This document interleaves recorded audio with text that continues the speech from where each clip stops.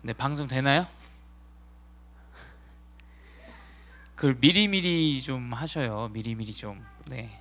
우리 오늘 말씀의 제목은 교회를 다스리시는 예수님이라는 말씀의 제목입니다. 어, 우리 서론으로 볼 것은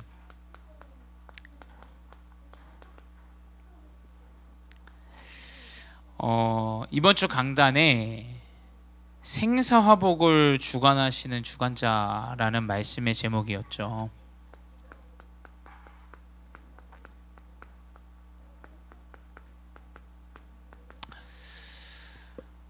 우리 생사화복을 주관하신다.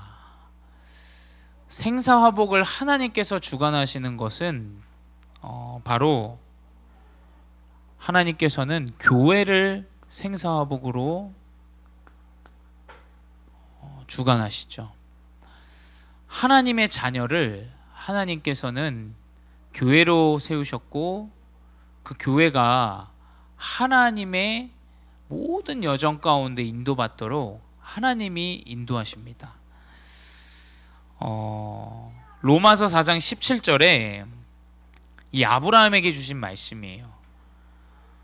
내가 너를 많은 민족의 조상으로 세웠다 하심 같으니 그가 믿은 바 하나님은 죽은 자를 살리시며 없는 것을 있는 것으로 부르시는 이시니라. 이 말은 뭐냐? 하나님은 내가 너를 책임지겠다 말씀하시지 않고 하나님이 누구신지 말씀하셨어요. 하나님이 누구신지. 우리는 자꾸 나에게 있는 것 없는 것을 따져요. 그게 아니라 하나님이 누구인지를 알아야 돼요. 우리가 함께하는 하나님이 누구신지를 알아야 정확한 여정을 갈 수가 있어요. 나에게 많은 응답이 없어도 하나님이 누구신지를 알아야 돼요. 혹 나에게 많은 응답이 있어도 이 응답을 주신 이가 누구이신지를 알아야 돼요. 그래야 정확한 생사화복의 여정을 하나님께서 주관하시고 인도하시게 됩니다. 첫 번째 뭐냐? 우리의 생명은 하나님 안에 있다는 걸 알아야 돼요.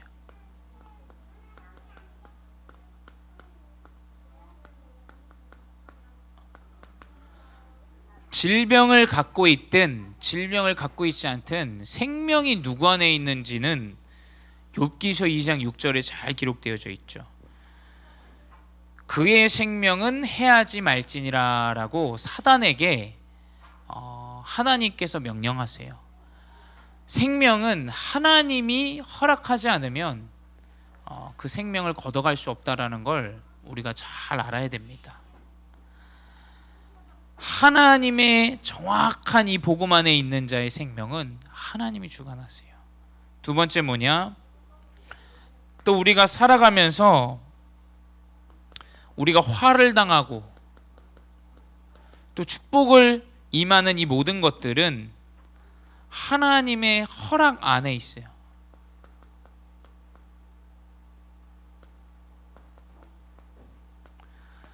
하나님의 허락 하에 생사화복이 주어집니다. 또한 욥기서에서 나와 있죠. 욥기서 2장 10절에 와이프가 이제 욥이 머리끝부터 발끝까지 이 종기가 생기니까 벽돌로 자기 피부를 득득 피가 나도 그 종기난 몸으로 와이프에게 한 소리를 듣죠. 와이프가 뭐라고 하냐면 그거 봐라, 하나님은 모든 걸 다 가져가신다. 하나님은 주인이 아니다 라는 관점의 이야기를 욥에게 해요. 이 지혜로운 부인이 되셔야 돼요. 지혜로운. 근데 이 욥이 뭐라고 얘기하냐? 그가 이르되 그대의 말이 한 어리석은 여자의 말과 같도다. 우리가 하나님께 복을 받은즉 화도 받지 아니하겠느냐 하고 이 모든 일에 욥이 입술로 범죄하지 아니하니라 라고 기록되어져 있어요. 모두가 나에게 주어져 있는 화를 보면서 내 기준대로 하나님을 이야기해요. 또 잘못하면 축복 안에 있다고 하면 많이 경제 응답을 받는 것 같으면 그게 복에 있는 것처럼 여겨져요. 그래서 목회자도 실수하는 게 뭐냐? 교회를 안 나와서 그 응답 못 받는 거. 그거 아닙니다. 그 관점이 아니에요. 생사화복의 주관자는 하나님이세요. 하나님. 진짜는 뭐냐? 잘 아셔야 돼요. 우리는 우리가 이해한 것을 가지고 그것이 전부라고 여겨요. 그렇죠?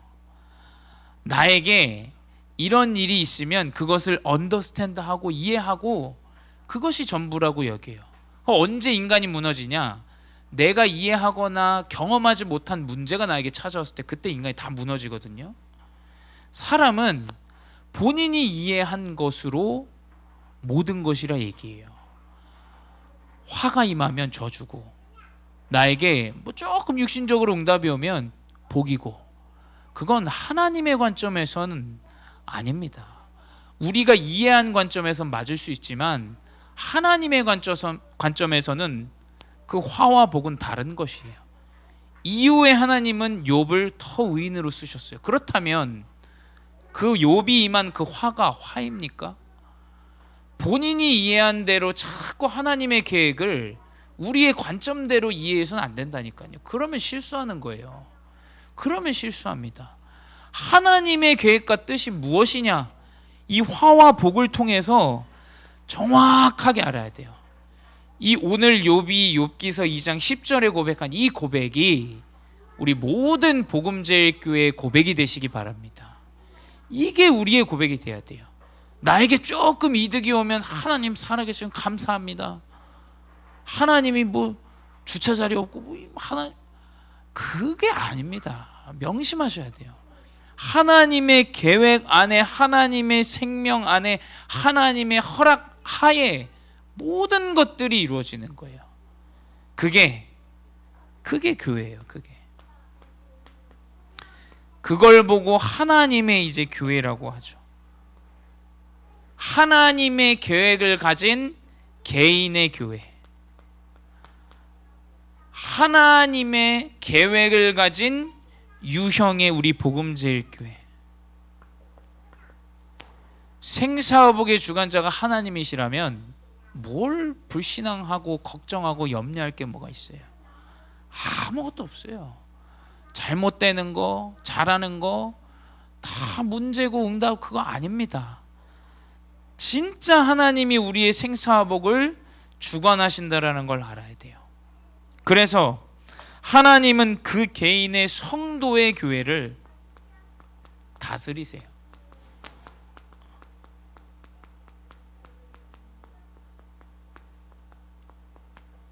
사람들은 제가 목회자가 된다고 했을 때 굉장히 어려운 길을 간다라고 얘기해요. 근데 저는 그렇게 생각하지 않았어요. 왜냐하면 저의 인생도 제 노력으로 뭔가 되어진 게 하나 없어요. 제가 목회자가 되고 거룩해져야겠다 이런 생각을 해본 적이 없어요. 저는 만약에 제가 그 생각을 가지고 목회자 생활을 한다, 저는 목회자가 될 수 없는 사람이에요. 만약에 하나님의 역사로 이루어지지 않는다면 맨날 걱정하고 염려하고 내가 해야 되고 내가 말해야 돼요. 근데 저는 이 복음 강단의 말씀이 깊어지면 깊어질수록 무엇이 생각드냐면 내가 할 일이 없구나라는 게 여겨져요. 왜냐? 교회 안에 어떤 일이 있든 누가 뭘 하든 하나님은 분명히 성도를 다스리세요. 잘못을 하든 잘하든 하나님이 하시는 거예요. 그게 어디 나와 있냐? 하나님은 요한복음 21장 15절에서 17절에 낙심한 자를 찾아가세요.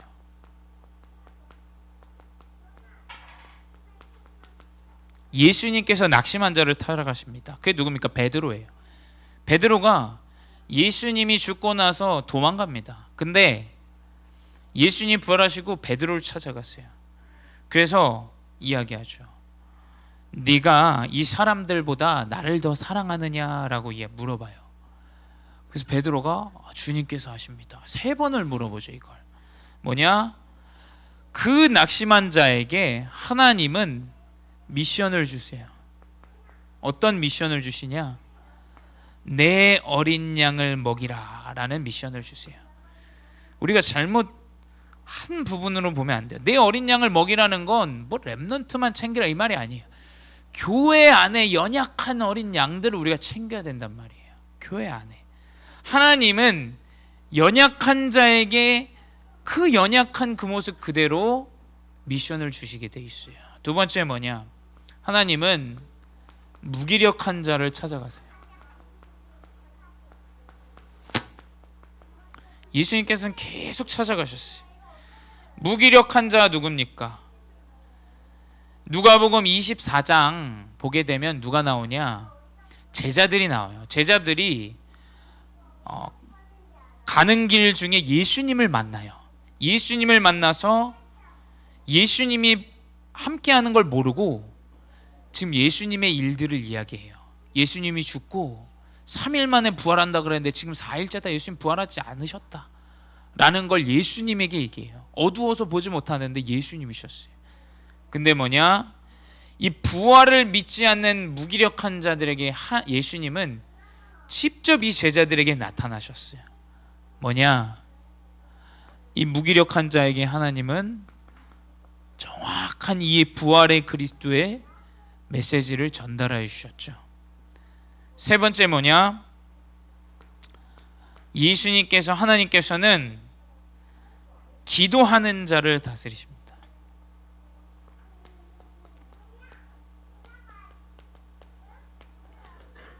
그 기록이 어디 나오냐?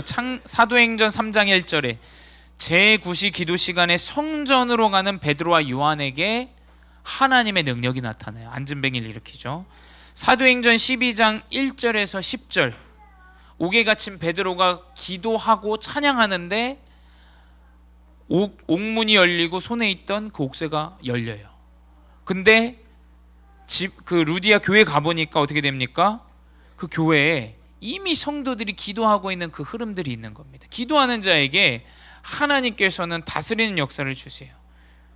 그리고 뭡니까? 사도행전 16장 13절에서 15절에 기도하던 곳을 찾던 바울이 루디아를 만나요. 하나님은 기도하는 성도를 분명히 다스리십니다. 기도하는 성도를 하나님은 분명히 만남도 인도하시고 내가 옥새에 잠긴 것도 하나님께서 풀게 하시고 하나님께서 낙심한 나의 마음과 생각 모든 것들을 하나님이 인도하시게 돼요. 네 번째 뭐냐? 하나님은 이 그리스도를 증거하는 자를 다스리시게 돼 있어요. 사도행전 27장 24절에 바울이 로마로 가는 배 안에 폭풍을 만나요. 태풍을. 근데 천사가 23절에 나에게 일려준 그 미션을 사람들에게 두려워하는 사람들에게 말하죠. 바울아 두려워하지 말라. 내가 가이사 앞에 서야겠고 또 하나님께서 너와 함께 항해하는 자를 다 내게 주셨다 하였으니 라고 기록되어 있어요. 그리스도의 복음을 증거하는 자의 모든 여정을 하나님께서 책임지신다니까요. 어떠한 폭풍우와 태풍을 만나도 하나님은 그 복음을 증거하는 성도의 여정을 책임지십니다. 다섯 번째 뭐냐? 그리고 온 교회 안의 모든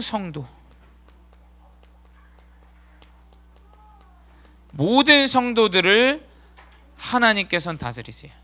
고린도전서 12장 12절에 몸은 하나인데 많은 지체가 있고 몸의 지체가 많으나 한 몸임과 같이 그리스도도 그러하니라 라고 되어 있어요. 모든 성도가 뭐냐? 한 몸이에요. 한 몸. 육신은 조금 내가 약한 부분이 있으면 그 약한 부분을 대신해서 다른 부분의 기능이 발달해요. 이 육이라는 건 그래요. 그래서 뭐냐? 우리 성도분들이 명심하셔야 될 게 있어요. 우리 교회에 수준도 다르고 학벌도 달라요. 뭐 그걸로 치자면 한도 끝도 없죠. 근데 하나님은 교회의 주인 되셔서 한 몸으로 지체로 모든 성도들을 우리 교회 안에 보내셨다는 사실 잊지 마셔야 됩니다. 연약한 부분이 있으면 다른 부분으로 도우면 돼요. 그 언약을 우리가 붙잡고 아무 걱정하지 말아라. 아무 염려하지 말아라. 사람 간에 오는 갈등, 이야기, 어떠한 일들 아무 일도 아니라는 사실을 우리가 언약으로 붙잡아야 돼요. 왜냐?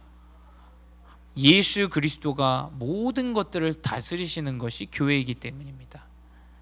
두 번째 뭐냐? 그 성도 개인의 교회도 다스리시지만 또 유형의 교회도 다스리십니다.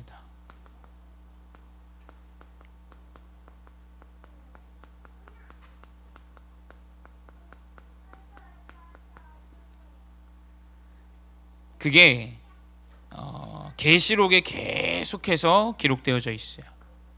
계시록 2장 1절에 에베소 교회 이야기가 나와요. 에베소 교회에 사자에게 편지하라. 오른손에 있는 7뼈를 붙잡고 7 금촛대 사이를 거니시는 이가 이르시되, 에베소 교회를 보호하시고 7 금촛대 뭡니까? 사이를 거니신다라는 건 능력으로 역사하신다라는 거예요. 하나님께서는 교회를 보호하시고 능력으로 역사하신다는 사실을 우리가 잊지 말아야 돼요. 두 번째 뭡니까? 계시록 2장 8절이에요. 뭐라고 기록되어 있냐? 서머나 교회의 사자에게 편지하라. 처음이며 마지막이요 죽었다 살아나신 이가 이르시되, 뭐냐? 창조주가 다스리신다는 사실을 우리가 잊지 말아야 돼. 이 교회는. 세 번째, 계시록 2장 12절.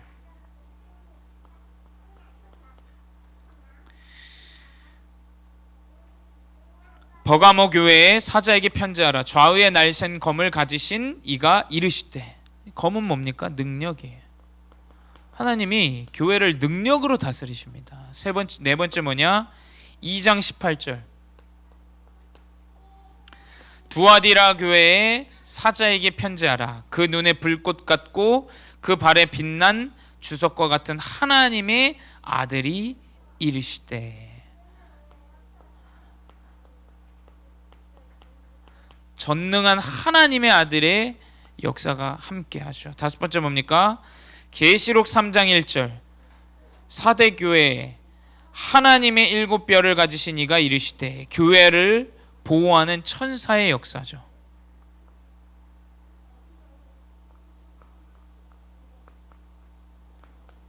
이 교회는 천군 천사가 함께한다는 사실을 우리가 알아야 돼요. 3장 7절에 빌라델비아 교회, 다윗의 열쇠를 가지신 이곳, 열면 닫을 사람이 없고 닫으면 열 사람이 없는 그가 이르시되. 하나님이 열면 닫을 사람이 없고 닫으면 열 사람이 없는 그러한 참된 열쇠로 함께 하신다라는 겁니다. 일곱 번째, 계시록 3장 14절에 창조의 근본이시니가 이르시되. 또 창조주가 얘기가 나와요.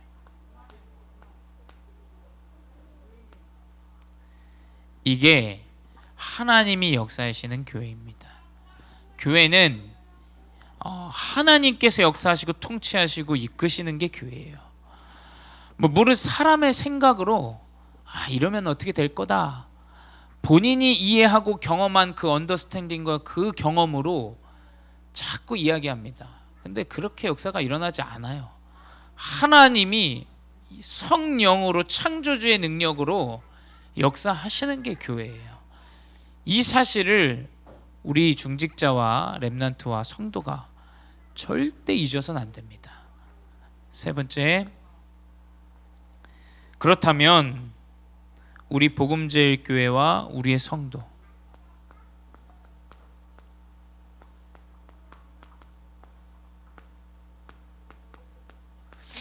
우리는 어떻게 해야 되냐? 아주 간단합니다. 사도행전 4장 32절 33절 우리 한번 보도록 하겠습니다. 사도행전 4장 32절 33절입니다.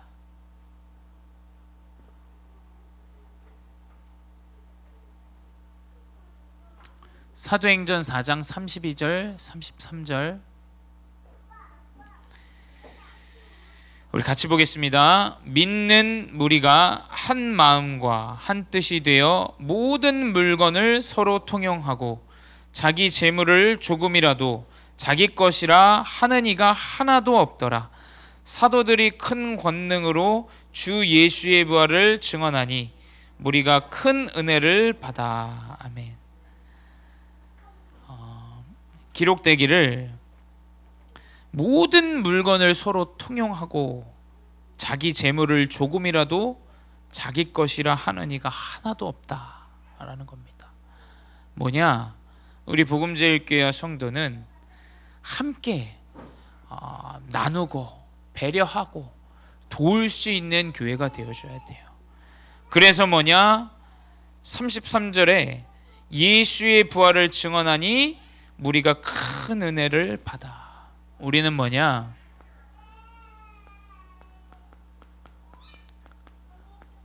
은혜를 받고 우리는 이 은혜를 나누는 것뿐이에요.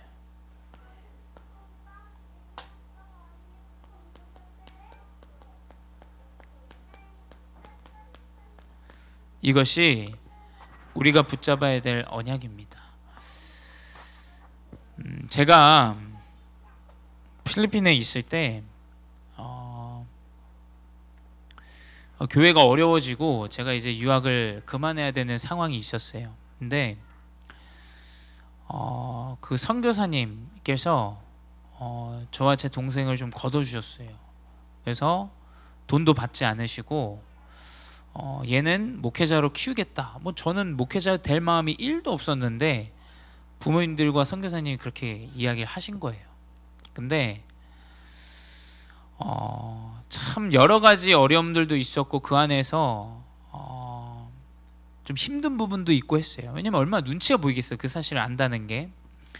또 그 안에서 또 감사함이 또 얼마나 많았겠습니까? 그 사실을 알고 저는 제가 그 현장에서 그러한 상황 가운데 있을 때 참 많은 것을 배우게 되더라고요. 배우게 됐어요. 은혜가 무엇인지도 알고 내가 도움을 받는 것이 무엇인지도 알고 내 중심 속에 내 마음 속에 이 은혜를 꼭 나눠야겠다라는 중심을 생각하게 되더라고요. 중요한 우리 중직자 성도의 여정으로 살아가시기 바래요. 우리는 항상 받기만 원합니다. 근데 하나님은 우리에게 주신 은혜가 너무 커요. 그 은혜를 분명히 나눌 수 있는 교회가 되어줘야 돼요. 그 은혜를 내가 하나님이 주신 은혜를 불신앙하는 자에게 나눌 수 있어야 돼요. 내가 받은 은혜를 연약한 자에게 나눌 수 있는 자가 되어줘야 돼요. 그것이 바로 뭐냐? 교회입니다. 교회. 오늘 메시지 짧게 하라고 우리 렘넌트들이 계속 이제 아우성거리는 것 같아요. 그래서 짧게 하겠습니다. 결론은 뭐냐? 다른 게 아닙니다. 환경을 복음으로 정복해야 돼요.